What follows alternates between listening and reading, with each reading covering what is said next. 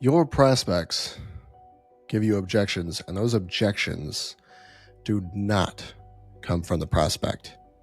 Now, first, we better take a look at what an objection really is. If you look it up in the dictionary, it'll say something like it's something that's in direct opposition to something else.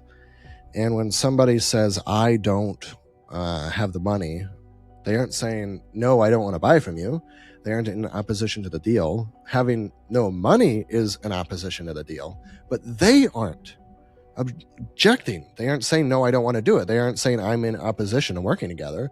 They're saying I have something which is in opposition, something which is an obstacle that's keeping me from moving to where I want to go, keeping me from being able to buy. I'm in the middle of refinancing my mortgage, and I can't move any money right now because they're watching my finances to ensure that they're the same as when I first reported them. That's a real logistical issue. Or someone has fear, right? They're saying, I want to buy, but I'm scared. So this is my obstacle. If somebody was like, I'm not interested in your product. I've heard everything you have to say about it. I don't want to buy. That's an objection. They're in direct opposition to buying, right? But like fear isn't someone giving you fear. The person isn't objecting. It's just that you do have an object in your way, something that's getting in the way. And that's an obstacle. So we got to understand the difference between obstacles and objections, because whenever we're handling people, a lot of the times we think, oh man, this person doesn't want to buy. Actually, no. The fact that they're objecting is your indication that they want to buy. The fact that they would care enough to tell you why or like what's keeping them from buying means that they have some interest. Why would they tell you all the reasons why they can't buy if they don't have interest?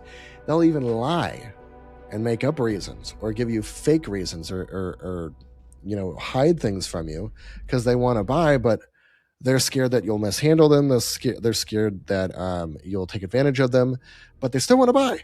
They're still like interested, right? But they have some block of some kind. And a lot of the times you receive the kind of objections that you give to yourself and your goals in your life.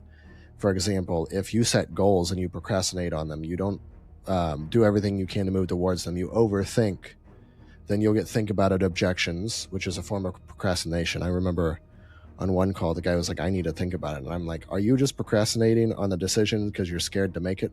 And he's like, yeah, because that's really what it is. Now, there's other reasons why people think about it objections. Like, for example, you gave too much information, or they're confused. They didn't fully understand something you said, and they might not even know why they're confused. So that's why you always use simple language when you are pitching or talking on a sales call. You don't use complicated language because you don't want to confuse people.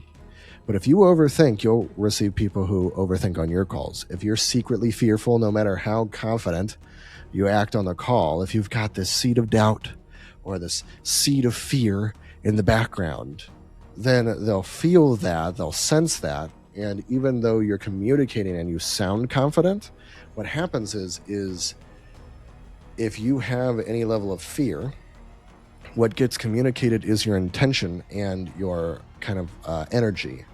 So if you have any level of fear, then they'll, even if it's tiny little 1%, you'll send your communication and the fear goes with it to them. That's what happens. You don't get to send a clean communication if what's going on inside of you is not clean. If you're having doubt or you're worried about your money, so you're getting kind of money hungry and hoping that they buy, and you're like kind of getting desperate, even if you're making lots of money, sometimes you'll make 10, 20 grand a month and spend too much of it. But then you'll start attracting people who don't have money, but have a high income. You'll start attracting people who mismanage their money because you mismanage your money. You'll attract people who won't want to talk about their finances with you because you aren't willing to confront your own finances. You're not comfortable around finances. So if I was to tell you to look at your bank account, you might say, I don't want to. I'd say, how often do you look at your bank account? And you say, seldom as possible. And then you start pulling in people who do the exact same thing. They don't look at their finances. So no wonder you have financially disqualified people. You don't even handle your own money, so how can you expect to attract people who handle their money? And then you invest in the wrong things. Like, for example, a lot of times you invest in more sales training when really what you need is mindset help. So you'll invest in the wrong things, and then you'll be out of money, and then they'll invest in the wrong things and be out of money. You'll spend time doing things that aren't productive, and then you'll realize that, holy crap, this prospect I'm talking to, they seem to waste time. That's why they don't have any money to pay me. Or you procrastinate or you self-sabotage, and then you attract more prospects who are worried they won't actually do what's inside your program. So then they're worried they're going to sabotage themselves. Not to mention the effects of the self-sabotage that it has on your sales targets. If you are secretly worried about stuff, they'll be secretly worried about stuff too. Because you're basically triggering off when you send your communication and it has that little bit of fear with it, then they receive it, and then they now have a little bit of fear over here, and it's going to trigger off all their other fear stuff that might have been sitting dormant, that wasn't really a big deal to them, and then they drop down into fear. And then you got to raise their state in the hopes that they will buy. And sometimes you can't. And that's why you get people who give the same objection over and over again, or saying, I just don't want to buy, leave me alone, I need to think about it, I just need to think about it, I just need to think about it. Because you basically entered fear into the conversation and put them in such a fearful state by doing that, that they go crazy with fear sometimes. And I know you've experienced that. Or they get frustrated, right? Like you're pushing them. Or if you are not good at clarifying things, then they'll be unclear. You'll get prospects who are unclear, and those are the worst because they don't know what their goals are. They don't know what they want out of life. All they know is they want more money or they want more happiness, but they don't really have any purpose beyond that. So if you have no purpose, you'll attract prospects with no purpose. And prospects with no purpose means that there's no consequences to their behavior. Because the only thing that gives you consequences in your behavior in general is that I have a purpose I'm moving towards, and then I don't move towards it, and the consequence is I don't achieve my purpose. But if you don't have a purpose, then it really doesn't matter, right? It's like in Alice in Wonderland, whenever the caterpillar was like, Alice is like, well, I was wondering if you could give me directions. And the caterpillar's like, well, where would you like to go? And she's like, well, I don't really care where I go. I just, can you point me in a direction? He's like, well, if you don't have any place you want to go, then it really doesn't matter which direction I point you in. Basically, I'm totally butchering that.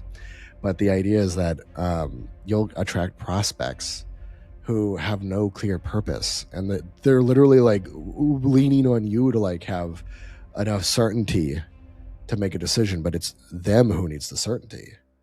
So you'll keep attracting people. You'll actually find a lot of the times you attract people who have your exact same problems that you're dealing with most recently in your life. And that's a problem, right?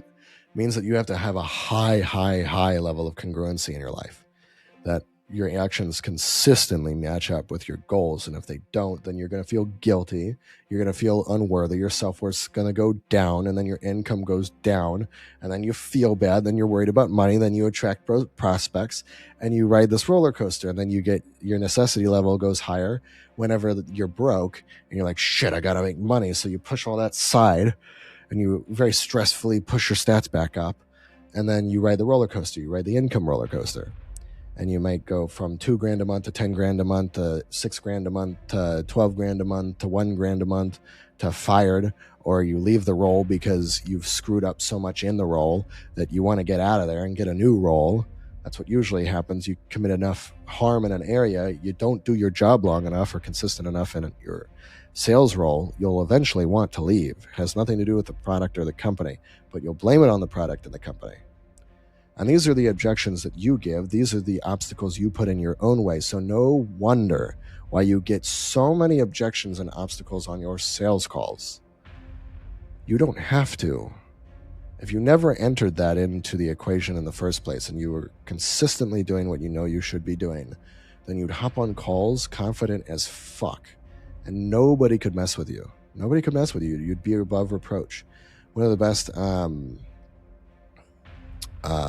sales managers I ever had, his name was Joey. I cannot pronounce his last name. Amazing guy. He said, John, I don't care what you do. Just make sure that your notes are done and that your admin's good and that you're closing deals and that you did, like, your numbers look really good. I don't care if you work 2 hours a day and you get it all done in that amount of time. I don't care. But you need to be above reproach, especially if you're going to try. I was trying to, like, get management or, like, give advice. Like, don't be giving advice if you're not, on top of your shit, is basically what he was saying. He was also saying you're going to get in trouble the more you're not doing the things you should be doing, which is reasonable. So if that wasn't the case for you, you would have less objections to things you want to do in life. You hold yourself back. You get in your own head when it's time to take action. So no wonder why your prospects hold themselves back and get in their head when it's time for them to take action. You get exactly what you put out. It's not kind of what you put out. You get exactly what you put out. And you'll see guys who are totally crushing it. And they might be living an unethical life, but they are totally congruent to their goals.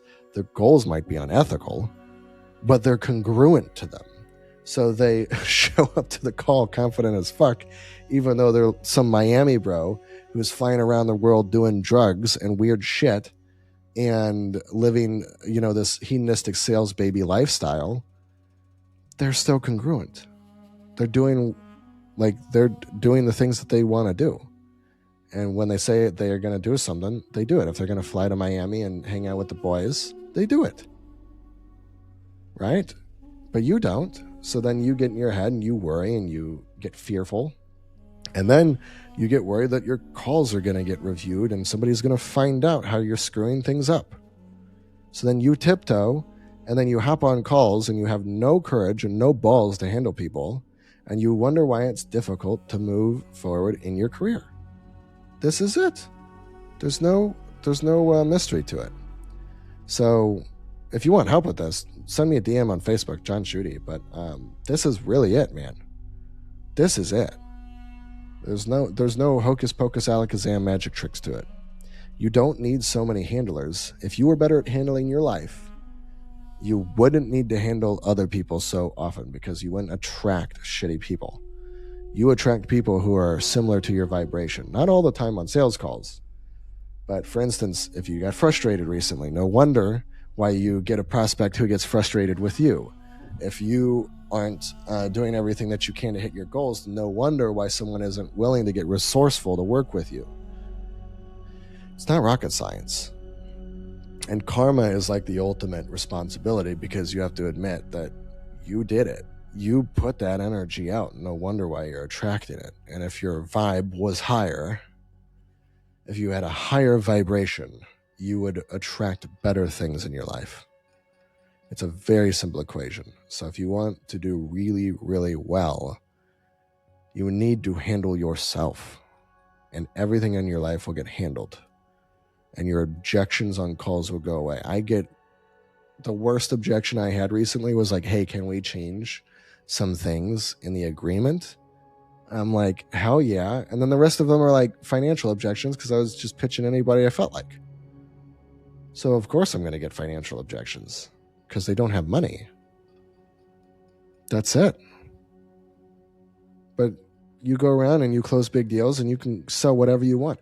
If you were showing up how you can show up and you weren't getting in your own way, you'd have the confidence to sell $50,000, $100,000 packages. You'd have the confidence to sell really creative and scary things.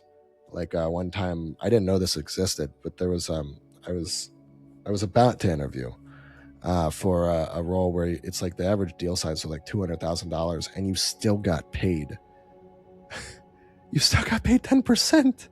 It was advertising for concerts, and like you have no idea like how big of deals you can sell, and it still doesn't have to be corporate.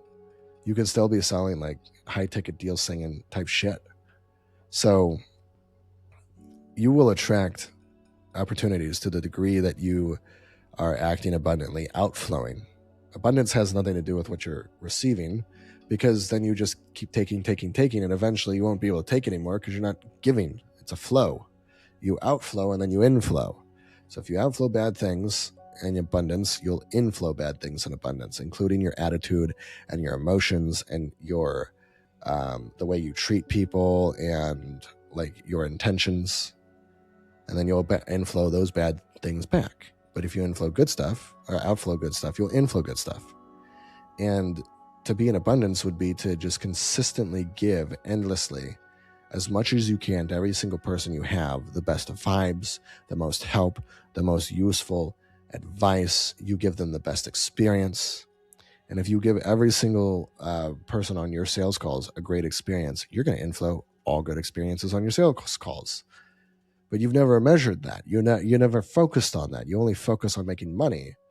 But money is a byproduct of what you outflow. So you never really look at what you're outflowing other than dials. You're not looking at the attitude you outflow. You outflow a bad attitude, and then you inflow bad attitude from prospects. You know that your sales calls go the best when you're light, fun, playful, out of your head, having a good time, cracking jokes, and you don't have any inhibition to asking any questions. You're not holding yourself back, scared to ask the question, so then they're nervous when they answer.